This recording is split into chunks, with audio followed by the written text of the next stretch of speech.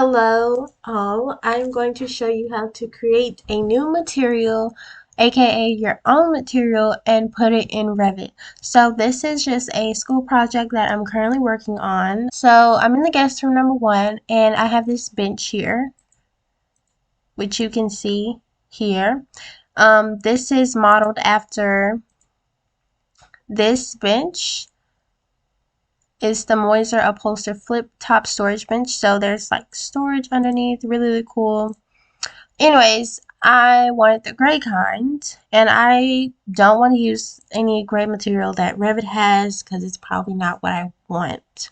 So I'm gonna add my own gray, and I don't want the legs to be brown. I want them to be gold because there's a lot of other gold accents in this room. So I'm gonna show you how to create your own materials and apply them to your components. So I'm gonna first, you're gonna want to first get an image of your material.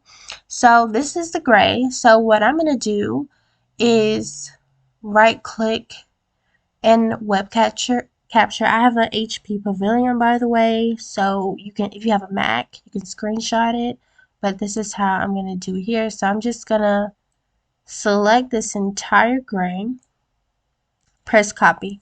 What I do, this is my little project file that I have here in Canva with all my finishes and things like that. So I'm going to go on this blank page and I'm going to click paste, and I'm just going to fit it to this screen. Now I'm going to click share, and I'm only going to download this page. Now that I have it downloaded, I'm going to double click my component so that I can be in the actual file that I made it in. I'm going to go to the hidden line. So all of this is gray and the legs are gold. So I'm going to click this top portion and I'm going to go to the properties tab, and I'm going to go to the material section and I'm going to click this by category, 3 dots. Now, like I said, I'm going to do my own material. So I'm going to go down here where it says, and I'm going to click it and I'm going to press create new material. I'm going to first go to the identity tab and I'm going to name it, I'm just going to name it gray fabric. You don't have to add a description. So the class, I would put this as a textile. And don't really have to put a manufacturer because the fabric itself is not manufactured. I'm just creating this to add color to my bench. So moving on, but if you are creating something that's like a textile that's manufactured, like a flooring or something, you could obviously pick what it is. Is it brick? Is it metal? Is it paint? Is it plastic, stone, wood, ceramic? Any of that. For me personally, I'm going to pick textiles. You can put comments, any keywords. Keywords can help you search for the material if you ever forget the name. So if it is a flooring, you could put like LVT. It might be luxury vinyl tile flooring or whatever. If it's a manufacturer, you can do that. It's like Sherwin-Williams. I know that's a paint one. You put the model number, the cost, and the link, the web link to this actual product. And if you are doing flooring, maybe you're doing a finished plan, you would put this is CPT1. That stands for carpet number 1. But I don't need to do any of that. And you can put a keynote as well. I don't need to do that because I'm just doing a textile for my bench. Next is I'm going to go to the appearance tab, drop this information down. I'm going to name it again. Like, once again, you can edit the material. If it's a paint, you can put Sherwin-Williams paint for wall in the lobby. You can put keywords as well.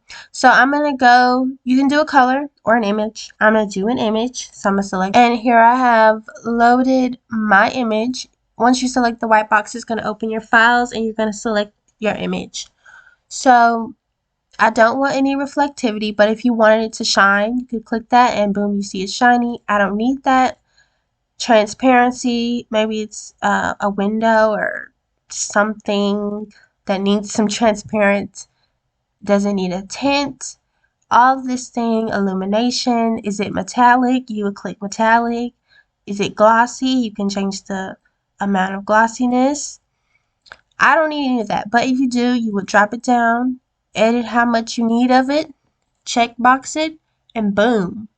So I'm going to duplicate this asset. I'm not sure what that does, but that's how I was taught to add material, so that's what I'm going to do. So for the graphics tab, you want to click use the render appearance, because if you don't click that, I mean, it's just not gonna, if you would have never clicked that in the first place and you wanted to do realistic view, it would not be showing up right. So use rendered appearance, and that means that when you realistic view it or when you render it, it's gonna look like that color. So now I'm gonna click apply and OK. And now that top portion is the gray fabric, and I'm gonna do the same for this one. The whole thing is gray. So once you've created in this component project, it should already be there for all of them, all of the elements. You shouldn't have to recreate it. Now for the legs, I am going to use a brass that is already in Revit, but I don't want it to be this shiny. So, but I don't want to delete or edit this one also. So I'm going to right click and click duplicate material and assets. And I'm going to name it brass satin because that is, and I'm going to change the finish to satin because that's how I want it to look. I don't want it to be super shiny. And I'm going to duplicate the asset. And I'm going to go to identity because the legs of this bench is not metal. The class is not metal. It is wood. So that's what I'm going to go to. And you can change this description as well. And I'm going to click use rendered appearance in the graphics tab.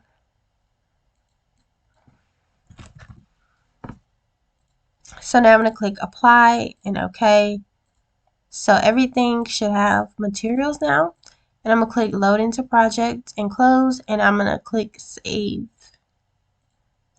because you want to save the changes you just made when you just created your new material. So now when I'm going to save my project, always save randomly, and I'm going to click realistic. So now my materials have been added. Obviously I haven't added any other materials, and this is just a realistic view, it's not rendered. So that is how you create a new material in Revit, and also how you can apply it to your components. Thank you for watching. I hope this video was very helpful. Subscribe, comment. God bless.